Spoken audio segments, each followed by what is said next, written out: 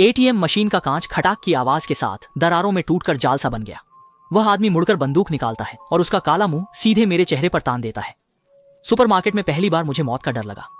मैं सुपरमार्केट का सुरक्षा गश्ती कर्मचारी हूँ। मेरा रोज का काम निगरानी कैमरों पर नजर रखकर चोर पकड़ना है और कभी कभी सुरक्षा गार्ड की जगह भी निभानी पड़ती है। हंगामा करने वाले ग्राहकों को संभालना होता है। आमतौर पर मैं धमकियों को गंभीरता से नहीं लेता। मेरी कद काठी यही मौजूद है और सच में हाथापाई हो जाए तो बहुत कम लोग मुझे हरा पाएंगे। लेकिन उस दिन की बात आज सोचता हूँ तो अब भी दिल कांप उठता है। खरीदारी का पीक समय था। मैं कैशियर इलाके में गश्त कर रहा था। अभी अभी निगरानी कक्ष से बाहर आकर जरा सांस लेने ही वाला था कि भीड़ में अचानक मेरी नजर एक आदमी पर पड़ी। उसका चेहरा लटका हुआ था, गुस्सा ऐसा जैसे अभी फट पड़ेगा। उसने चौड़ी किनारी की टोपी पहन रखी थी, आधी सफेद लंबी दाढ़ी थी, कपड़े किसी बाइकर गैंग जैसे थे। वह काउंटर की लाइन में इधर उधर टहलता रहा। देखते ही लगता था कि उसमें जरा भी सब्र नहीं। कुछ ही मिनटों में बात सच में बिगड़ गई। वह सामान से भरी ट्रॉली लेकर भुगतान करने आया, लेकिन उसका बैंक कार्ड 3 बार स्वाइप करने पर भी रिजेक्ट हो गया। ये क्या हो रहा है? ये घटिया कार्ड चल क्यों नहीं रहा? वह कैशियर पर चिल्लाया। उसकी आवाज सुपरमार्केट के शोर पर भी भारी पड़ गई। मैं जल्दी उधर गया, लेकिन वह गुस्से में एटीएम की ओर चल दिया था, शायद नकद निकालने।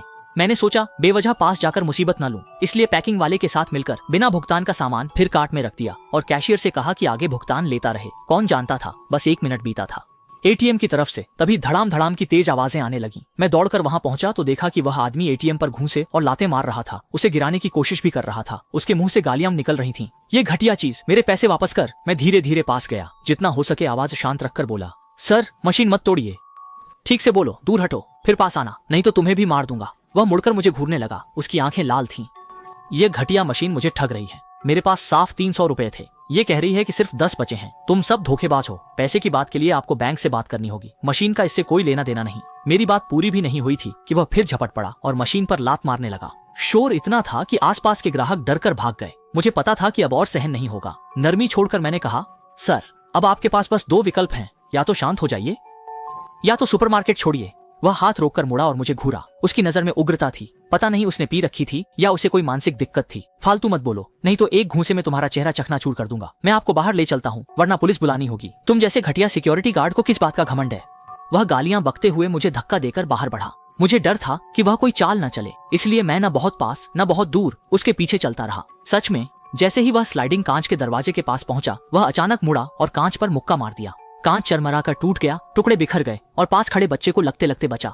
मैं फौरन उसके पास दौड़ा और अभी बोल भी नहीं पाया था। वह अचानक कमर से बंदूक निकालकर सीधे मुंह पर तान देता है, पास मत आना, मुझे जाना है, कोई रोकने की कोशिश मत करना। आसपास के लोग पल में चीख पड़े। मैं वहीं जड़ खड़ा रह गया, सांस भी नहीं ले पा रहा था। बंदूक की नाल मुझसे 1 मीटर से भी कम दूर थी। मैं उस पर लगी जंग तक देख पा रहा था। ठीक है, तुम जाओ, किसी को चोट मत पहुंचाना। मेरी आवाज भी कुछ कस गई। वह ठंडी हंसी हंसता है।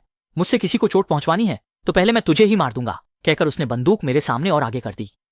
डर के मारे मैंने कुछ पल आंखें बंद कर लीं। कुछ सेकंड बाद उसने बंदूक नीचे की और गालियां बकते हुए बाहर चला गया। मैंने तुरंत पुलिस को फोन किया और उस आदमी की शक्ल सूरत एक एक बात बता दी। अच्छा हुआ कि कुछ ही दिनों में उसे पकड़ लिया गया। सबसे हैरानी और हंसी रोनी वाली बात यह थी कि पुलिस ने कहा वह बंदूक नकली थी, उसे सिर्फ प्लास्टिक की थैलियां ही फटती थीं। लेकिन मैं जरा भी हंस नहीं सका। उस वक्त जब बंदूक की नाल मेरी तरफ थी, मुझे सच में लगा कि मेरी जान वहीं चली जाएगी। उसके बाद से मैं गश्त पर जाते समय हमेशा एक अतिरिक्त वॉकी टॉकी साथ रखता हूँ और फिर कभी ये सोचने की हिम्मत नहीं करता कि बस शरीर से मजबूत हूँ तो सब ठीक रहेगा। तुम कभी नहीं जान सकते कि जो लोग देखने में सिर्फ गुस्सा कर रहे लगते हैं, उनकी जेब में कौन सी डरावनी चीज छिपी हो सकती है।